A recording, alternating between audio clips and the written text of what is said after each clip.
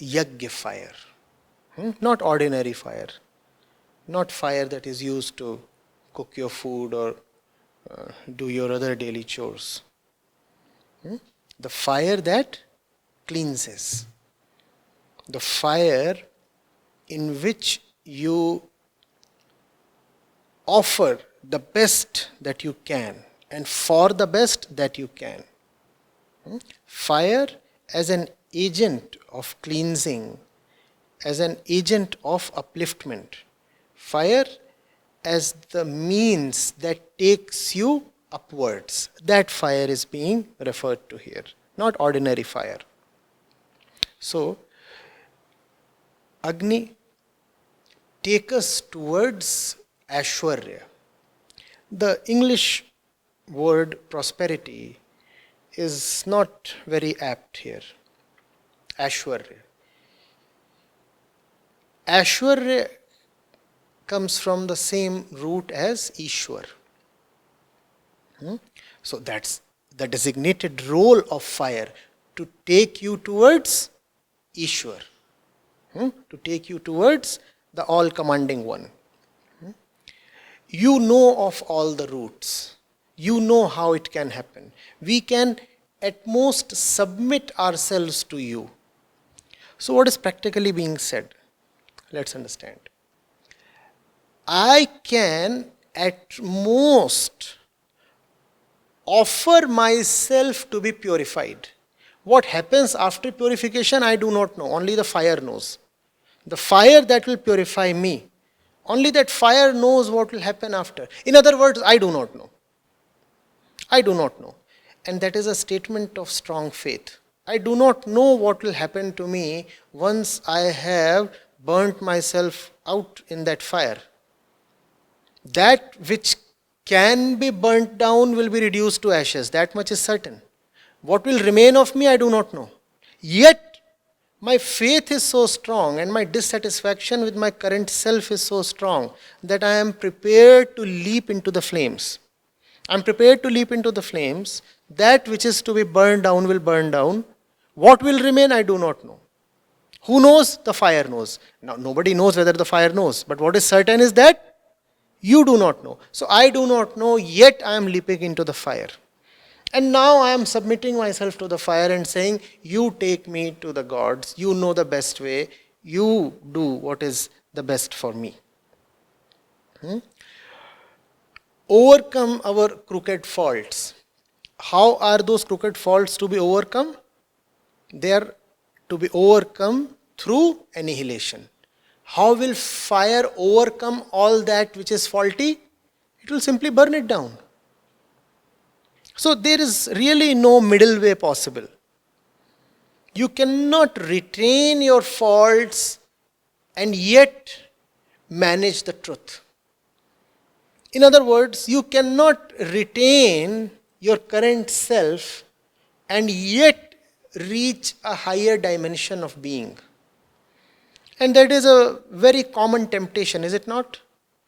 Remaining who you are, you will be shown the truth or you will be delivered some kind of enlightenment. That cannot happen. In fact, enlightenment or illumination or deliverance or liberation are no positive states. Really, they are just names for freedom from who you are. What remains after that? Till the time this question is relevant to you, you are not liberated. So what remains after that is an irrelevant question. You are liberated when the question of what happens after liberation becomes irrelevant to you. You don't feel interested anymore. As long as you feel interested and you seek a guarantee or a security, you want to know what is it that will emerge from the flames. You simply won't even have the courage to go to the flames. To go to the flames, first of all, you must have a contempt for the result. You must be indifferent. You will say, I do not bother. What is important is freedom from all this that surrounds me from outside, from within, this has to be gotten rid of. Who am I to think of the result? Anyway, the thinker within me is quite corrupted.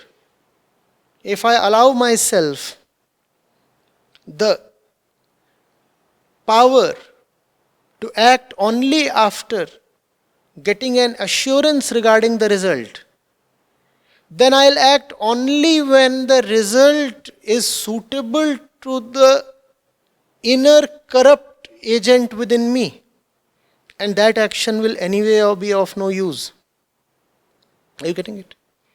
If you will act only after the inner one gets a guarantee that the result of the action will be favorable, then the result of the action is favorable to whom?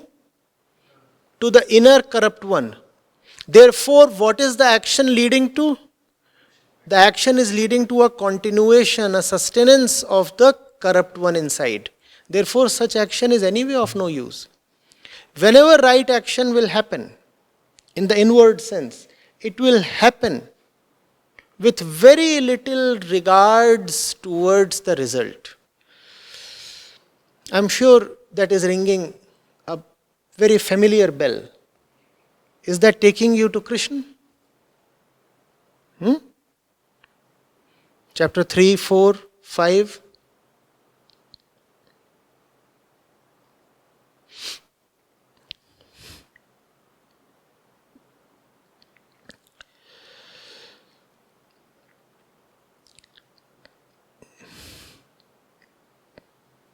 We bow down to you again and again and again with the utmost reverence. Getting it? You're not actually bowing down to Agni. You are reminding yourself that you do not like bowing down. If you actually do something in a very natural way, you do not need to state it so often and repeat it 3 times. Do you even say, I breathe, I breathe, I breathe? Now, breathing is so natural to your body that you don't have to say that.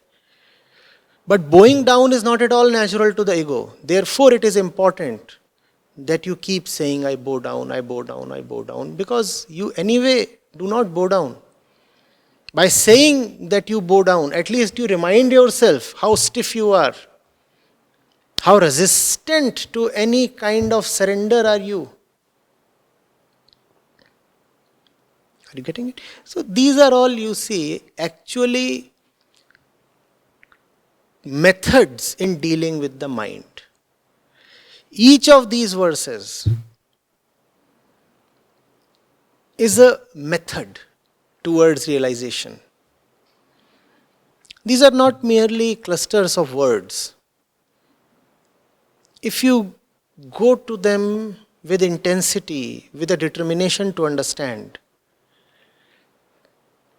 they will act like very potent instruments,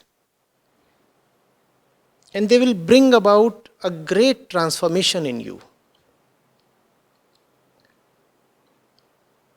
But no instrument, remember, works on its own. It requires an operator. So you have to go to it, operate the instrument, and then let the instrument do what it would. Right? You can operate an instrument, and then if you run away from the instrument, again the instrument is helpless. So not only have you to go to the instrument, you actually have to operate it, and then you have to allow the instrument to do its doing. The mind continues because mind creates for itself an apparition of truth. Mind has certain concepts about itself, and the world the mind looks at is always ratifying, verifying the concepts that the mind has. Since that ratification is coming constantly and from everywhere and everybody, therefore the mind feels entitled to believe that its concepts are the truth. After all, what is the truth? That which continues without interruption and without exception. Right? That is the truth. So you believe in something. And if you see that what you believe in is being practiced everywhere, is evident everywhere, then you feel emboldened to take your belief as the truth, right? For example, I am the body, and what do I see? He is acting as the body, he is acting as the body, you are acting as the body, he is acting. So I feel assured that my belief about myself is true. Correct? What do the Upanishads do? They cause a break in your belief. Temporarily, for a while, they bring you to something that is outside of your regular belief system. And that can prove sufficient because truth is not supposed to have any exceptions. And the truth that you believe in, if it is shown to have even one or two exceptions, then that truth is exposed as false, because truth is not supposed to have even one exception. The Upanishads therefore act as some kind of circuit breakers. You live in your own contained world, and because the world is self-contained and self-ratified, therefore there is no way any element inside your world is ever going to disrupt your world or call it out as false. Are you getting it? All is just an image of the other. All is just one same thing. Therefore, there are no contradictions really. In some sense, we live in a world that carries no contradictions. For example, your belief is that we all live for our own sake. Do you see any contradiction? Your belief is that life is short. Do you see any contradiction? Your belief is that when one gets attracted towards the other, that is called love. Do you see any contradiction? Because you do not see any contradictions, therefore, the belief becomes more and more cemented that what you are thinking is the truth. The Upanishads mischievously show you a contradiction. And now you are flabbergasted. Because one contradiction is enough to bring down your entire mental palace. Are you getting it? 1,000 things are not sufficient to verify the truth. But one exception is enough to nullify the truth. Now the mind is really, cringing. Because what is the belief of the mind? The mind's belief is, this is incomplete and that is incomplete and that is unfulfilled. But here what is being said?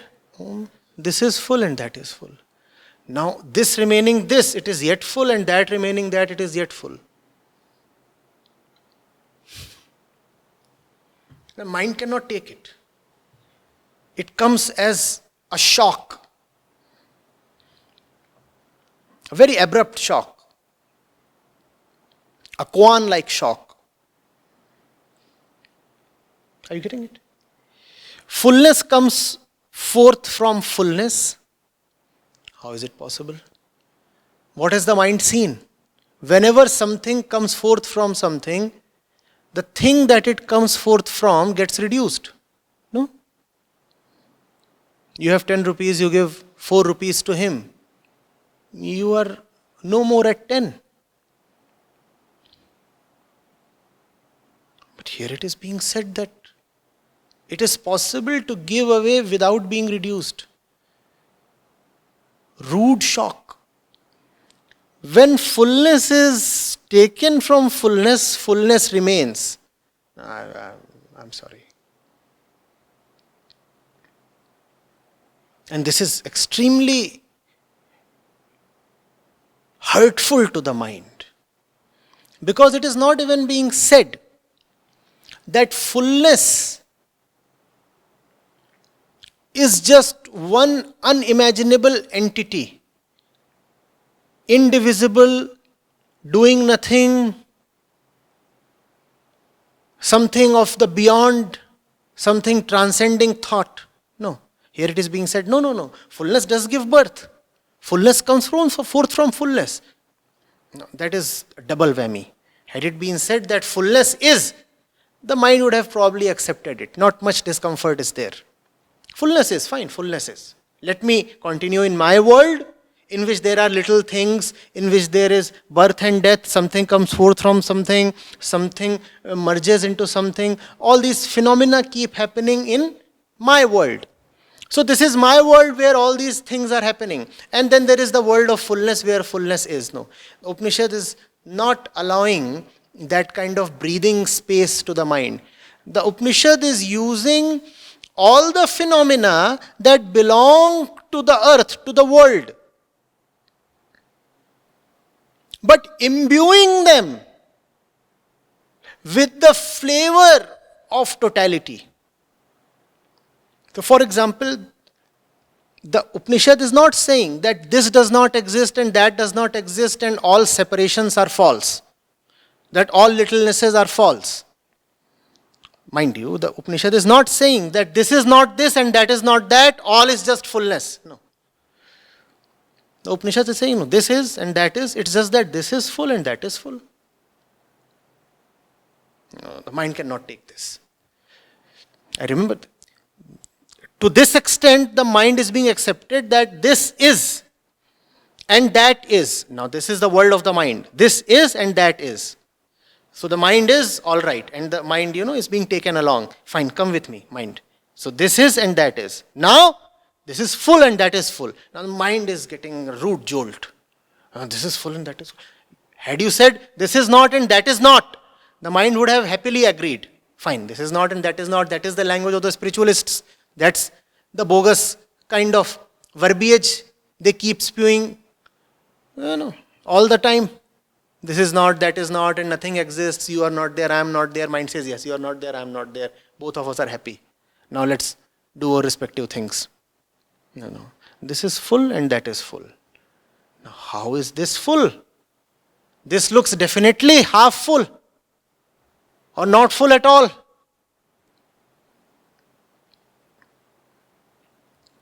Similarly, it's not that the truth does not come from anywhere and does not proceed into anything. No. It is being said, no, the truth does give rise to many things. And what are those things? Each of those things is full. Fullness comes forth from fullness. And the mind does not know what to do. So, fullness is giving birth to something. Something is arising from fullness. Yes, sir. So, what is arising from fullness? Fullness. This is a ladder between two dimensions. And that's the task of the Upanishad or the teacher. The world of the mind is being helped to meet the transcendental. To some extent, it is the world of the mind, and then suddenly it becomes the transcendental. This is, to this extent, it is the world of the, and then full. That is full. Fullness comes forth from, comes forth. How is it possible? We were told that truth does not do anything. Fullness taken away from fullness, fullness remains. But we We were told that nothing can be taken away from the truth or reduced from it or subtracted from it. No, fullness can be taken away from fullness. Oh my God, so bad. What happened to fullness then? Fullness remains. This is the kind of assault that the mind cannot survive. All your traditional stuff, the mind has become too familiar with. All that has actually become the mind's regular diet. And this is not regular. This can never be regular. If the mind broods too much over it, it will turn mad.